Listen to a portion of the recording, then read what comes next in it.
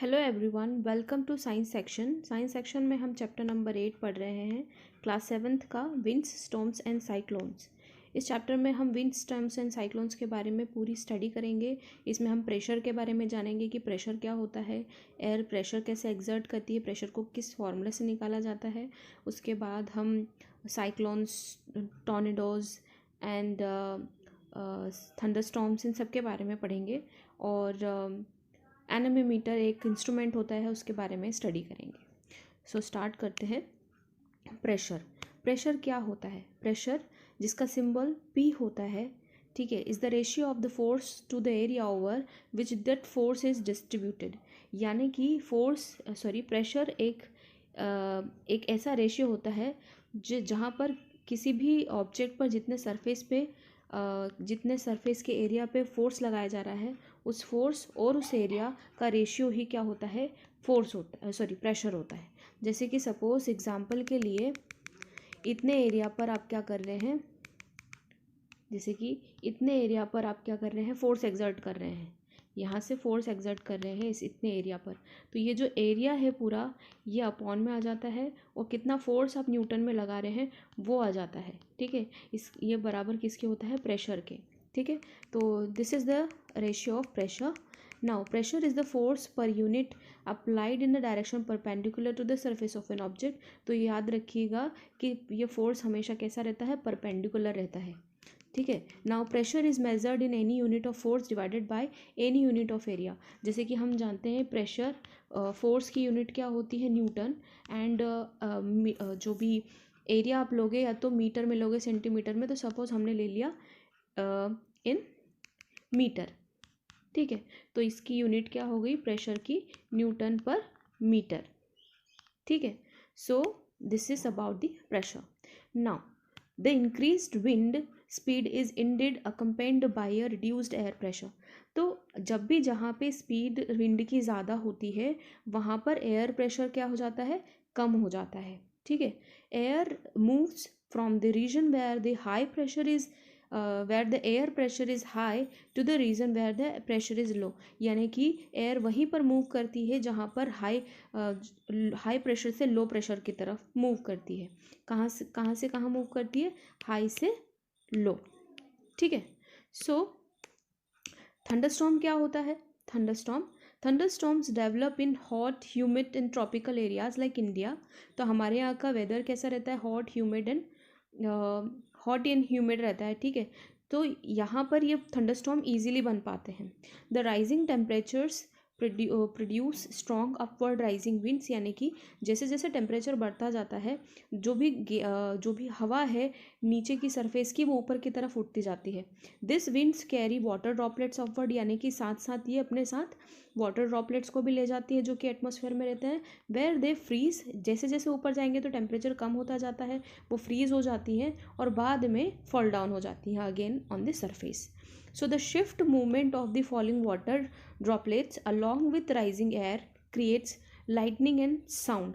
तो यही जो प्रोसेस है कि सरफेस जब गर्म होगा तो आसपास की, उसके नीचे की जितनी भी उसकी सरफेस की एयर है वो ऊपर जाएगी, फ्रीज होगी, फिर वापस फॉल डाउन हो जाएगी। और ये प्रोसेस बहुत जल्दी होती है, जितना फास्ट होगी उसी की वजह से लाइटनिंग एंड साउंड क्रिएट होती है। So precautions needed to be taken when there is a storm. क्या क्या प्रिकॉशंस है जब स्टॉर्म आने के आसार हो या फिर स्टॉर्म आ चुका हो? So do not take shelter under an isolated tree.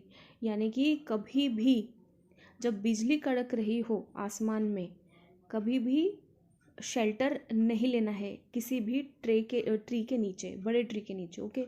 If you are in forest, take shelter under a small tree, okay. Do not take shelter under an umbrella with a metallic end. Metallic end अगर किसी भी umbrella का है तो उसमें shelter नहीं लेनी है, ठीक है। Now do not sit near a window. आपको विंडो के पास नहीं बैठना है, ओपन गैरेजेस में नहीं बैठना है, स्टोरेज शेड्स में नहीं बैठना है। Metal sheds are not safe places to take shelter. यानी कि मेटल की जितनी भी शेड होती हैं उसके नीचे आपको नहीं बैठना है जाकर। अ कार और a bus is a safe place to take shelter. एक कार और एक बस, ये अच्छे प्लेस है शेल्टर लेने के, पर कंडीशन वही है कि सब मिरर्स जो हैं उसके कांच जो है वो बंद हो। If you are in water get out and go inside a building. आपको क्या करना है, अगर सपोज अगर आप पानी के अंदर हैं तो पहले वहाँ से बाहर निकल जाइए और अपनी बिल्डिंग में चले जाइए। साइक्लोन्स के बारे में बात करते हैं। बिफोर क्लाउड फॉर्मेशन से पहले water takes up heat from the atmosphere to change into water vapour. तो क्या होता है कि क्लाउड बनने से पहले एटमॉस्फेयर से जितनी भी मतलब वाटर ड्रॉपलेट्स जो हैं वो ऊपर की तरफ जाती हैं वाटर वेपर के फॉर्म में, ठीक है। और क्या कहती हैं, water takes up heat from the atmosphere, atmosphere से हीट लेती हैं और वाटर वेपर में कन्वर्ट हो जाती हैं, ठीक है। तो क्या होता है कि सपोज़ ये सरफेस है, यहाँ की जितनी भी एयर यहाँ पे रहेंगी वो क्या होगा कि ऊपर की तरफ जाएंगी, तो एटमॉस्फेयर की जितनी भी हीट है वो उसको ऊपर ले लेंगी और क्या बना लेंगी, क्लाउड बना लेंगी, है ना। When water vapour changes back to liquid, तो जब ये वाटर वेपर लिक्विड में कन्वर्ट हो जाती है तो ये रेन ड्रॉप्स बन जाती है ना। This heat is release to the atmosphere. So वापस ये जो रेन ड्रॉपलेट्स के फॉर्म में नीचे गिरती है तो यहाँ से वापस हीट को क्या करती है, रिलीज़ करती है, ठीक है। वापस हीट को क्या करती है, रिलीज़ करती है, ठीक है। This heat the heat release to the atmosphere warms the air. यही क्या करती है, आसपास की जितनी भी एयर है उसको क्या कर देती है, गर्म कर देती है। The air tends to rise and cause a cyclone. यही जब एयर ऊपर की तरफ उठती है तो क्या causes a drop in pressure. तो प्रेशर को क्या कर देती है, कम कर देती है। More air rushes to the centre of the storm, यानी कि जितनी ज़्यादा एयर जो है वो ऊपर की तरफ उठेंगी तो बीच में एक आई बन जाती है, ठीक है। और आसपास इस तरीके का सर्कल बनता जाता है, ठीक है। This cycle is repeated the chain of the events and with the formation of very low pressure system with very high speed winds revolving around it. तो इसके आसपास जो है वो विंड बहुत तेज़ी से घूमती है।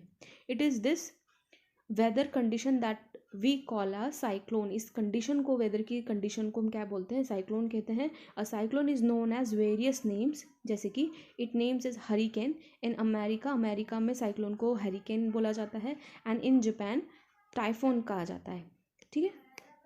Now there is a steps when warm moist air moves over the ocean, यानी कि यहाँ पे से जो ओशन से जो भी गैसेस निकलेंगी, हवा जो भी वार्म मॉइस्ट एयर है वो ऊपर की तरफ उठेगी। Water vapour rises into the atmosphere, जो वाटर वेपर है वो ऊपर की तरफ उठेंगे। And as the water vapour rises it cools and condenses into water droplets. तो जैसे जैसे ऊपर जाएंगे टेम्परेचर कम होता जाएगा तो ये वाटर ड्रॉपलेट्स के फॉर्म में आ जाएंगी।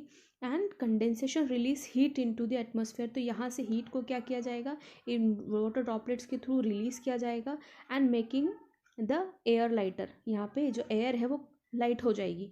And the warm air continues to rise with moist air from the ocean taking its place creating warm wine, यानी कि यहाँ से जितना भी प्लेस खाली हो रहा है ये कवर करने के लिए यहाँ पे एकदम जितनी भी गैसेस है, वार्म एयर है, वो जल्दी चली जाती है, जिसकी वजह से होता क्या है कि इस टाइप का जो भी है फॉर्मेशन सीज ओशंस में क्रिएट होने लगता है, ठीक है। तो ये जो बीच का जो पोर्शन रहता है जहाँ पे ये साइक्लोन बनता है इसको बोलते हैं आई ऑफ द साइक्लोन, ठीक है ना।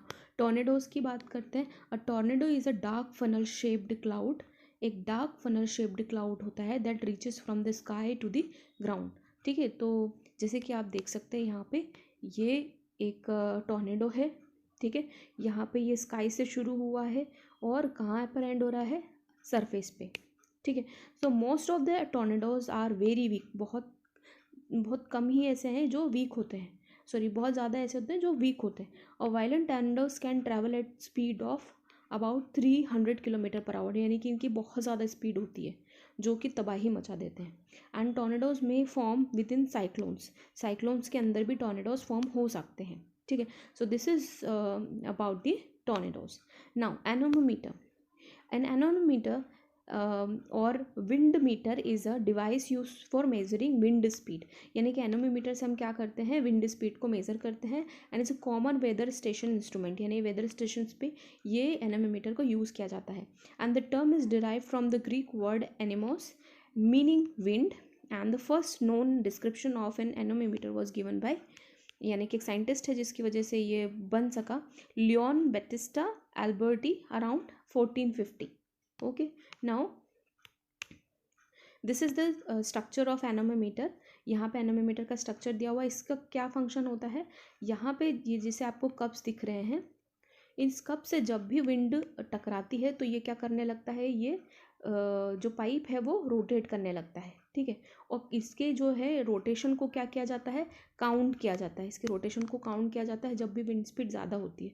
जितने ज़्यादा काउंट होते हैं रोटेशन के, उतना ज़्यादा स्पीड होती है किसकी, विंड की. ठीक है, now this is the end of this chapter. I hope आपको समझ में आया हो. अगर नहीं आया है तो प्लीज़ मुझे कमेंट करके बताइए क्या समझ में नहीं आया. Thank you all of you.